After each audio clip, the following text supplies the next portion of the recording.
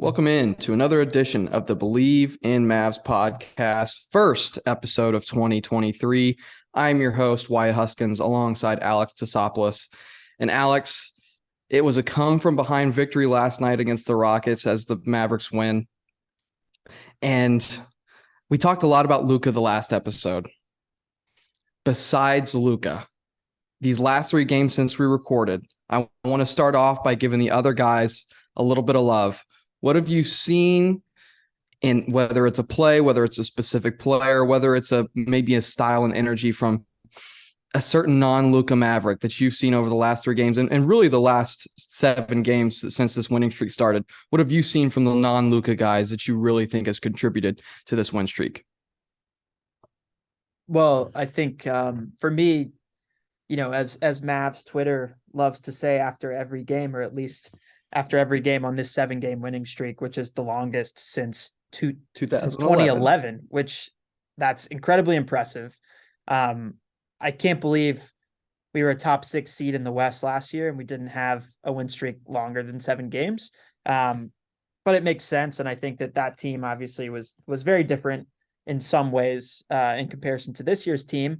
And the major reason is that last year we had Jalen Brunson and this year we have Christian Wood. And that's my guy that I want to bring up. And I bring up Mavs Twitter because obviously, they like to joke that they were the reason and impetus behind starting Seawood, that they knew all along that was the right decision. Of course. It certainly has been the right decision. And I think for me, it's not one play, but it's just, the chemistry that is being built between him and Luka. And then additionally, it's his application of effort on the defensive side of the ball. I mean, he had 5 blocks last game.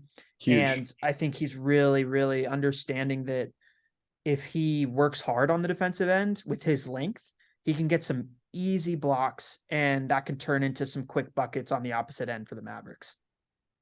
Yeah, I thought that last night he had 21 points, I believe. Yeah. That was in the box score. He had more points in that actual game. But I mean, just his contributions, like you said, on the defensive end, and then putting up 21. I thought for sure when I looked at the box score, I try not to look at it throughout the game, although I do have an issue of doing that. I don't know about you, but I'm like, every 5 minutes, I'm like, okay, I got to stop doing this.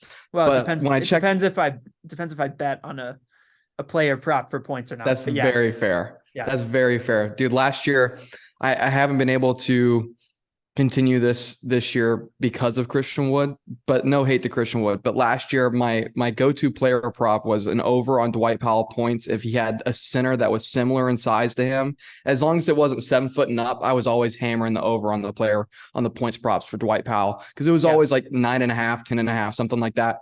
Oh, it was such an easy over. I miss it so much. But back to Christian Wood.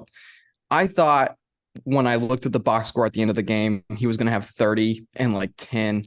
And definitely, I didn't think 5 blocks. I thought like 3 blocks.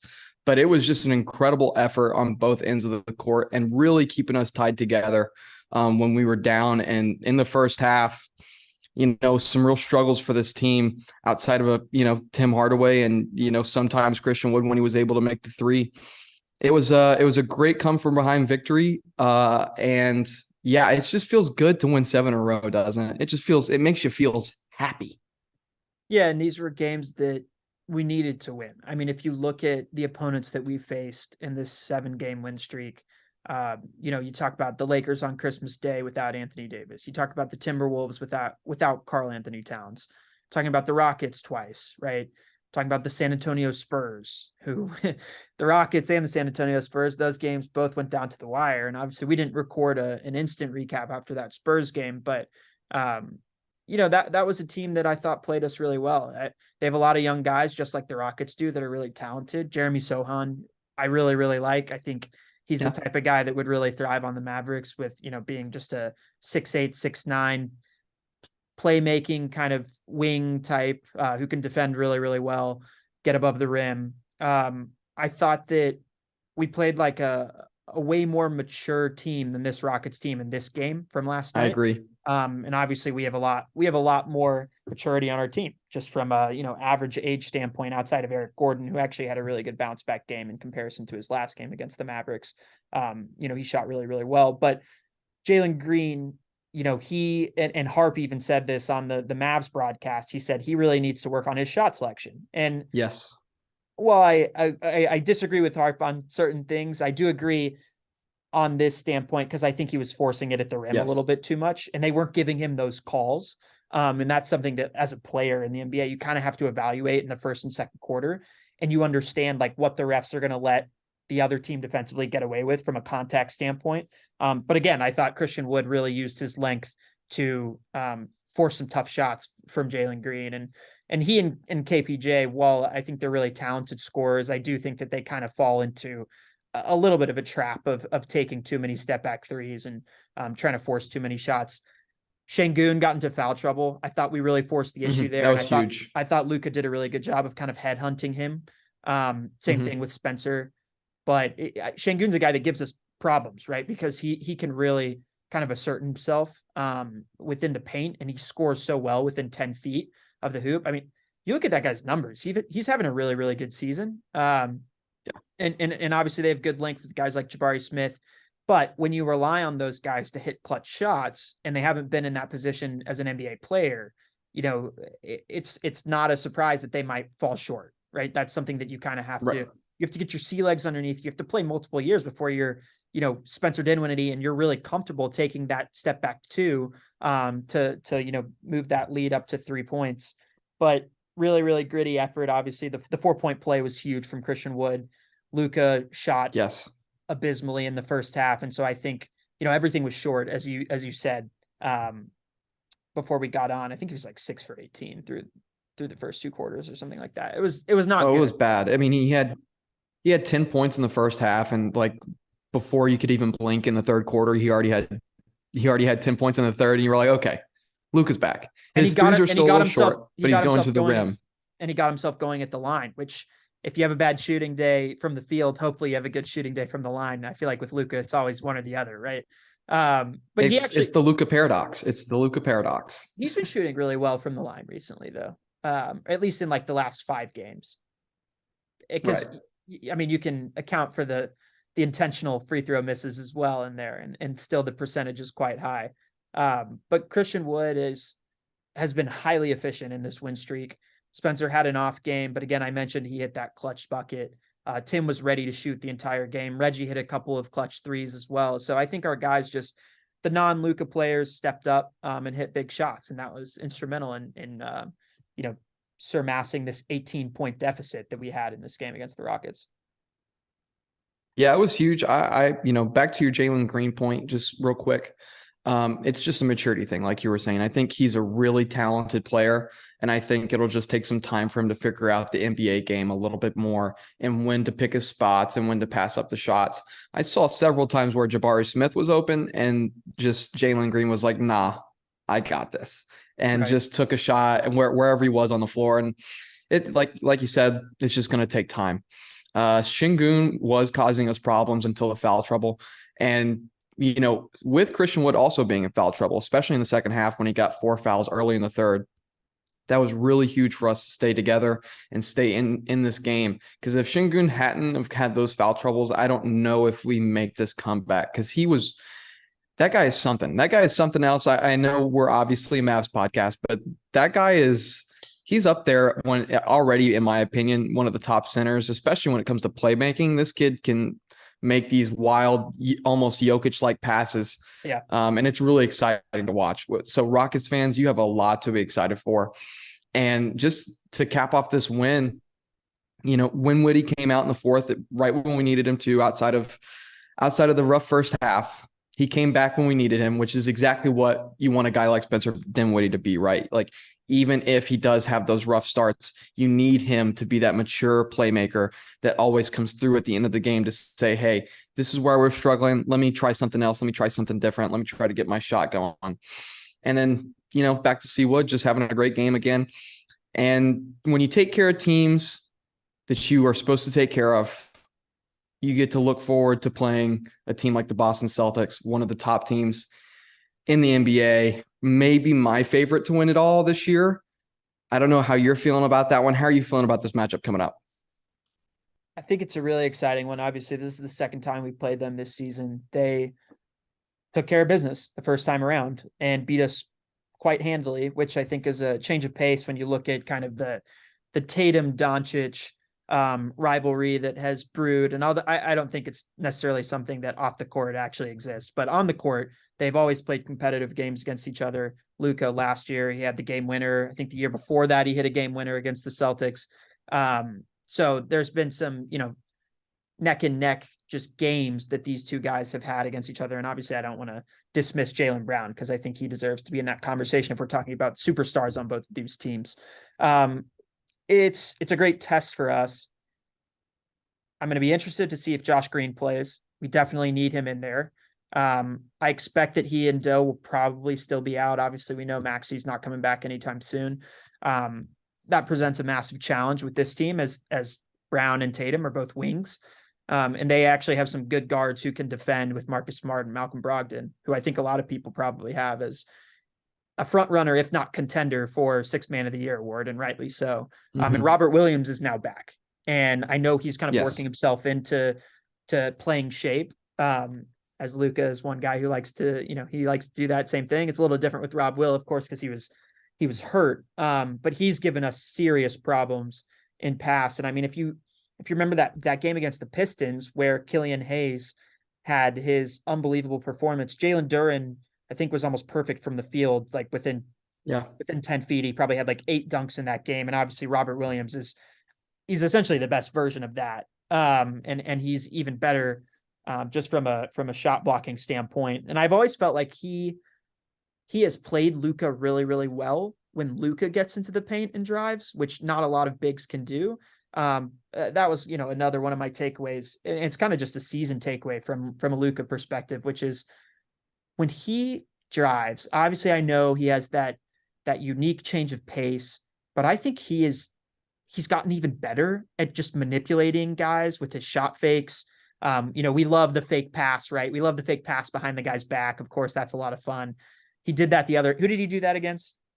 Like a few games ago. Oh, was that not Christmas Day? Was that not against the Lakers? I feel like that was against the Lakers for some reason.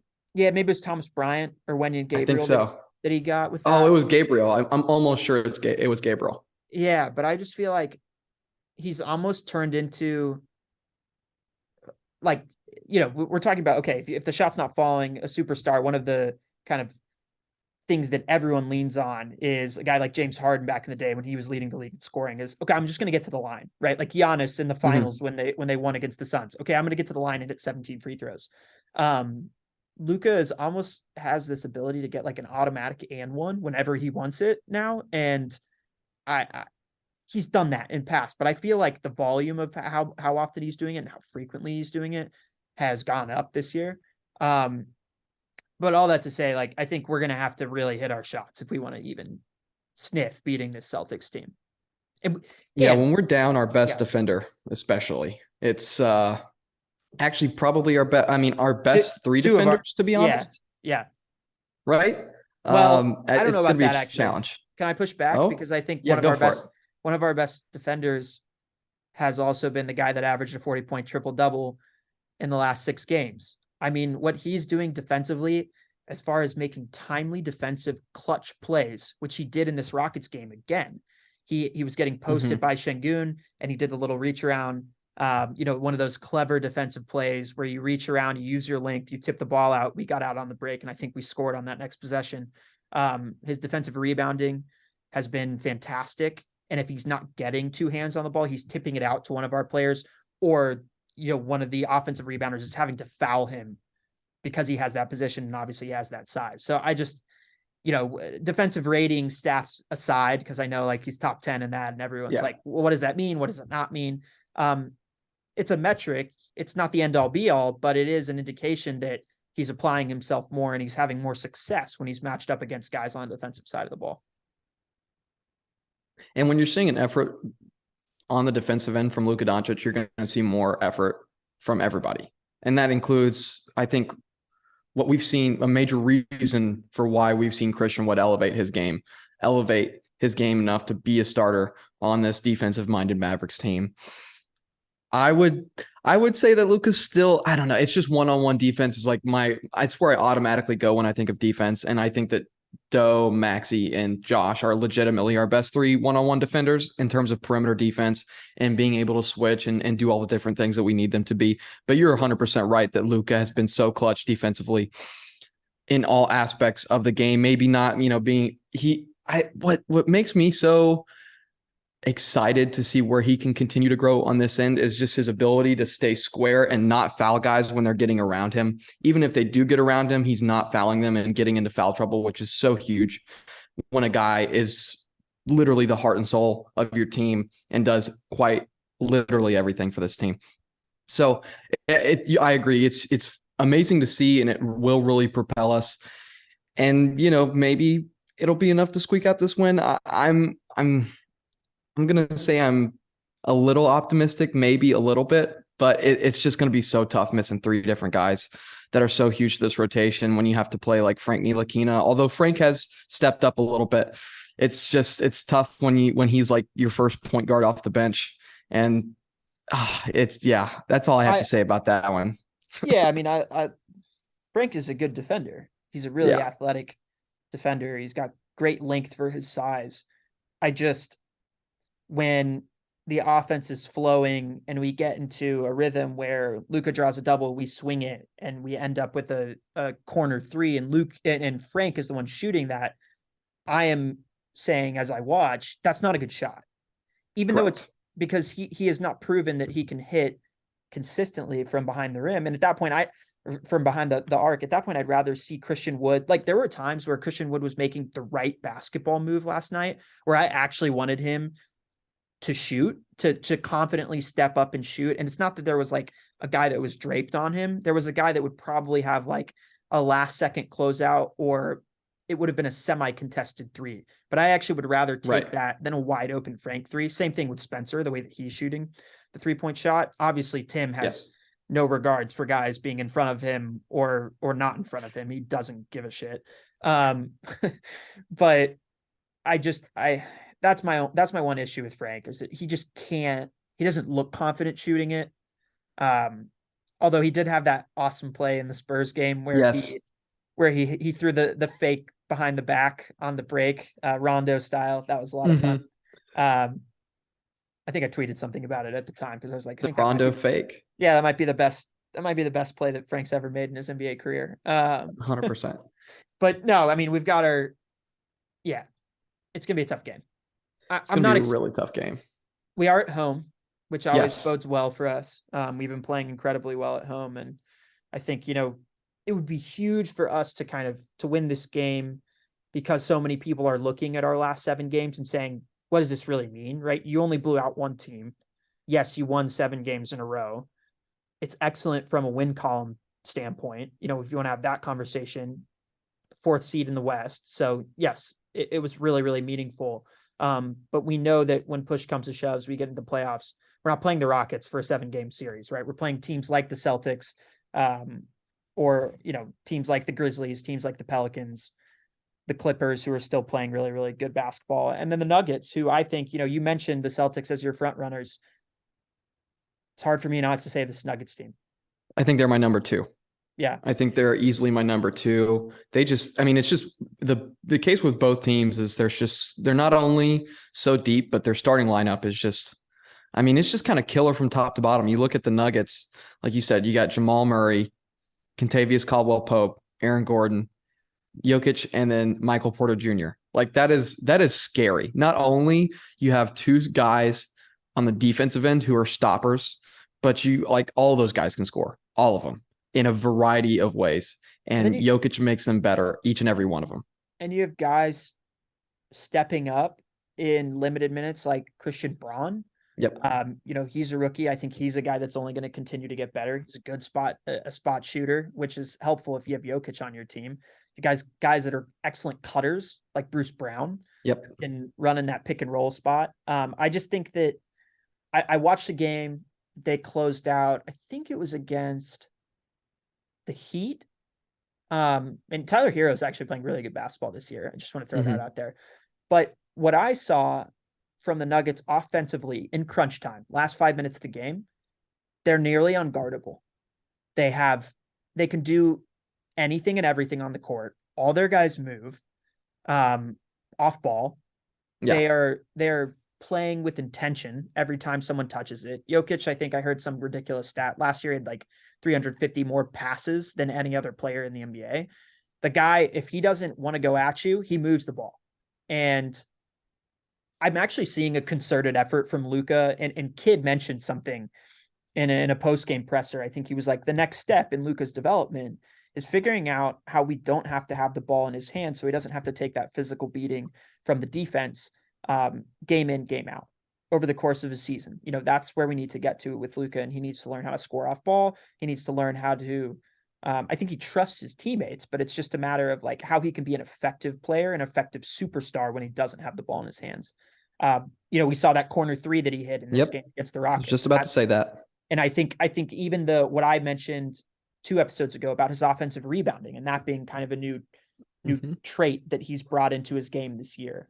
That's a way to score off the ball. If another guy shoots it, you catch an offensive rebound and you put it back in. Look, 2 points for you, another rebound for your stats if you care about that, but it's also an easy bucket for your team.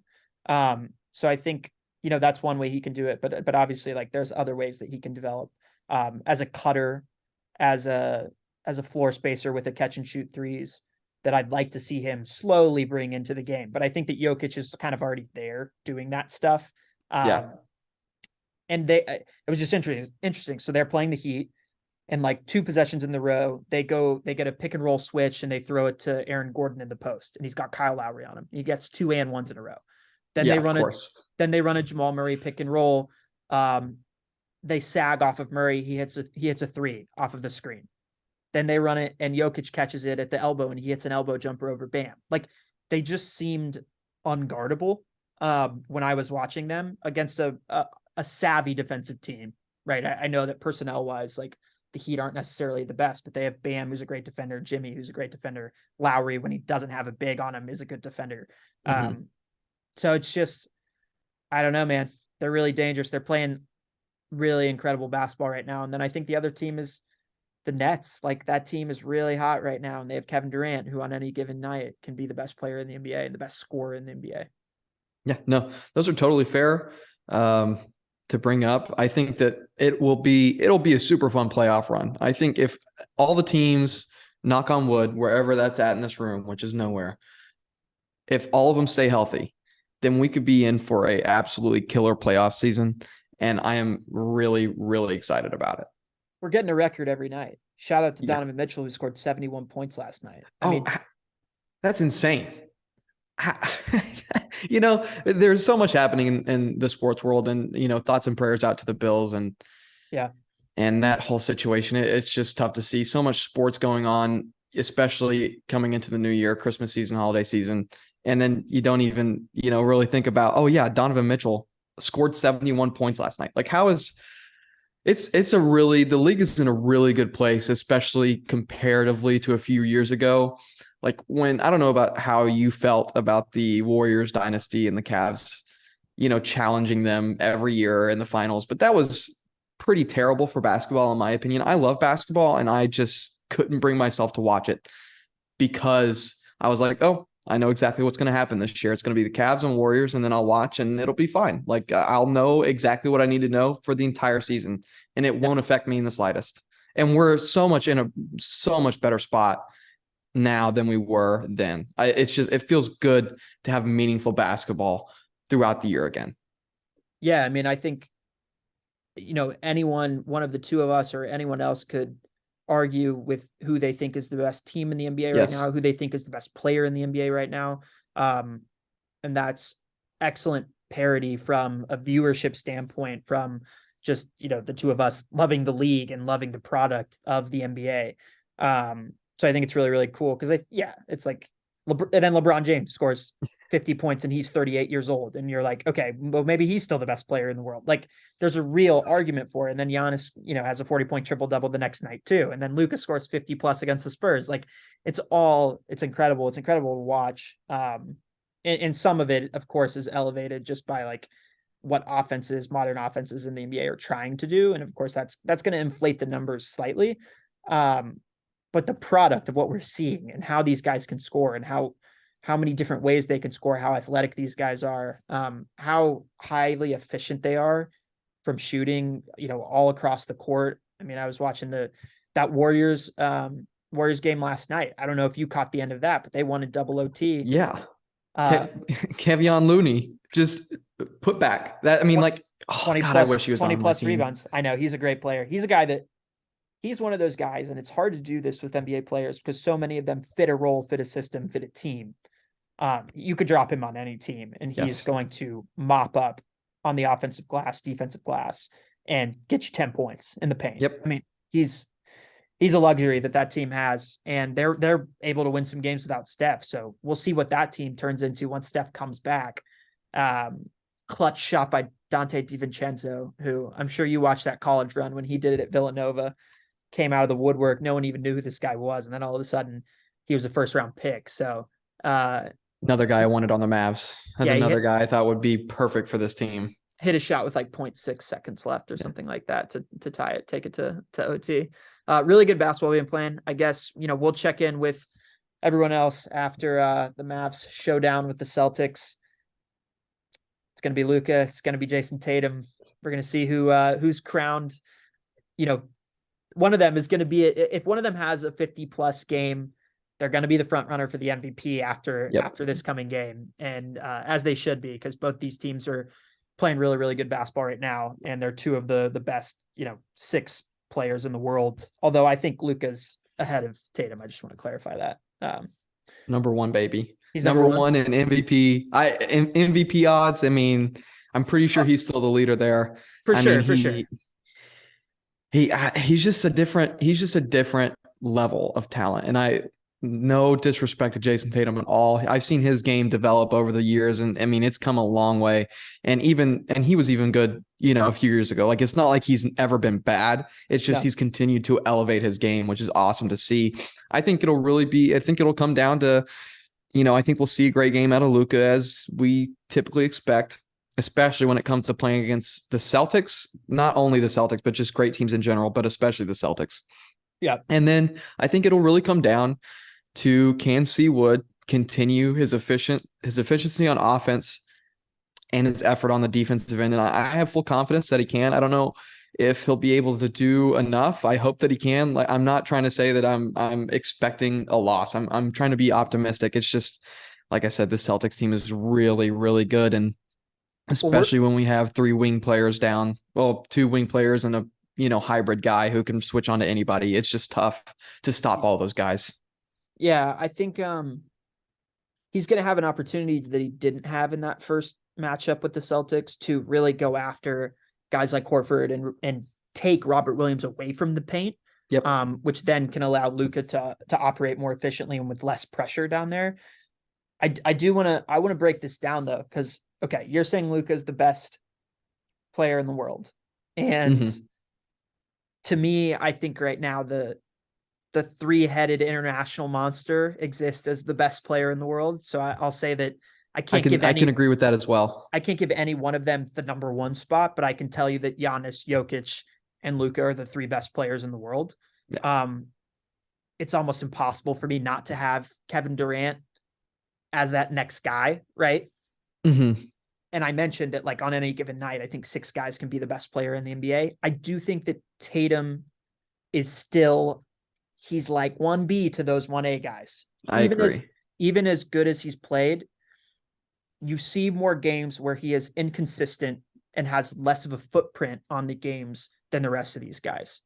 And I'll throw in that grouping with Luka, with Kevin, with Nikola, and with Giannis. I'm going all first names. Joel, I think. Yep. And then LeBron on any given night, like, but I teeter. Steph when healthy. I teeter with Embiid and LeBron into being in that same kind of category as Tatum, where I think that they're kind of 1Bs to the rest of the guys 1As. I wish that we could have a 1AA or a 1AB instead of just a 1B, because I would put Tatum there.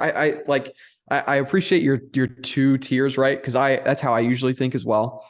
But it's not as big. It's not as big of a gap to push him to an actual tier 2. I just, like, that's a clarification that I think is important.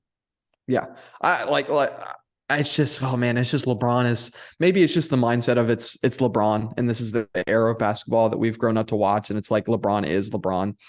It's so tough for me to put him in the Tatum category. I wish that, like I said, there was an in between, because I think Joel, like what he can do on the floor, no one else can do on the floor at times, especially with his physicality down low and able to get to the foul line.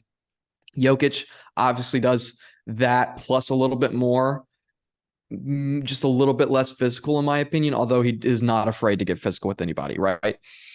It's really awesome to see that like the three best players in the NBA are definitely international players. I think it's great for the league, and it's also like I totally agree that it could be any one of those three guys on any given night. I think I put Luka ahead of them just because I am a homer. To like through and through, I'm a homer. I'm not afraid to admit it. I think that's the best part about doing a Mavs podcast is you get to be a homer and just talk about the Mavs. I think you can put him ahead of Giannis. I think so too. But then you look it's at just the playmaking. But then Giannis has the resume, right? Mm-hmm. He's got 100%. He's got multiple DPOIs. He's got a championship. He's got a Finals MVP where he scored 50 points. Like, that's where it's really tough with the Giannis Luka thing. But I know where you're coming from, because I know how you're like looking at it, and it's that Luka's a better basketball player than Giannis. Yes, 100%. And I agree with you there. And I think that you can do that. And I think you can put him ahead, especially right now in the way that Luka's playing right now. I still don't think you can do it with Jokic though. He's too amazing. Like he's amazing. He might win back to back MVPs.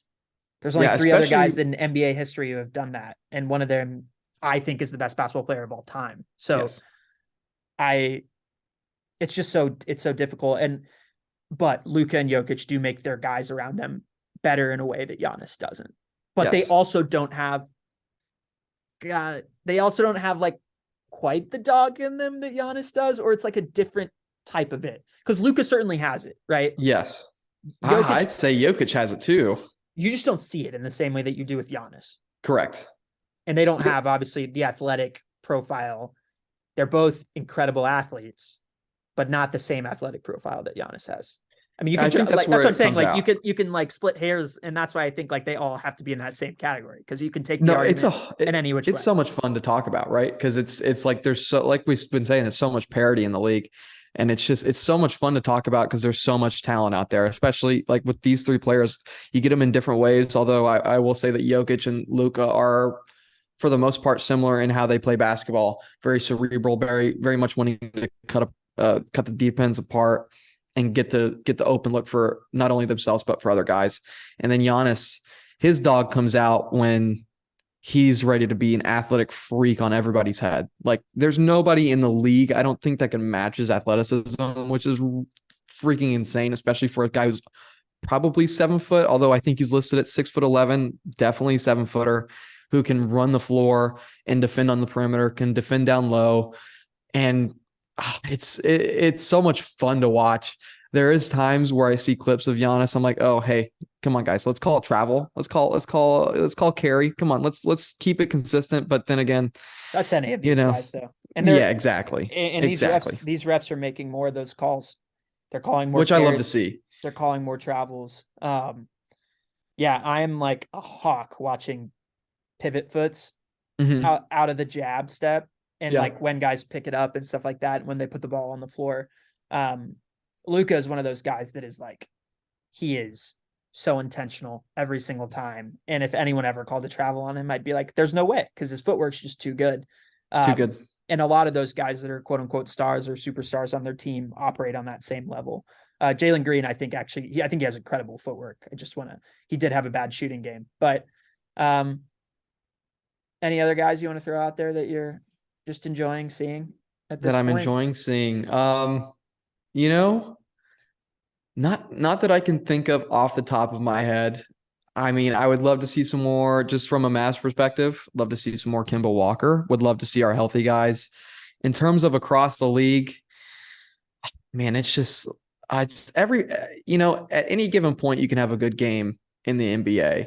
I will say I did see the Pelicans, and there is one play when CJ McCollum, it was a transition opportunity, and instead of getting the open basket down low, somebody kicked it out to CJ on the elbow, like from right underneath the basket. And it was like, this is the modern NBA. This is exactly what's going to happen. You're going to make not only the correct decision, but the more efficient decision of getting the most points, right? It's really cool to see. We're seeing very much a mashup of analytics and athleticism come to its fruition. I think either next year or the year after, it's going to be really special to see these guys making decisions across the board. Because I think the Celtics, why I say the Celtics are the number one team is because they can literally all dribble, drive, and kick.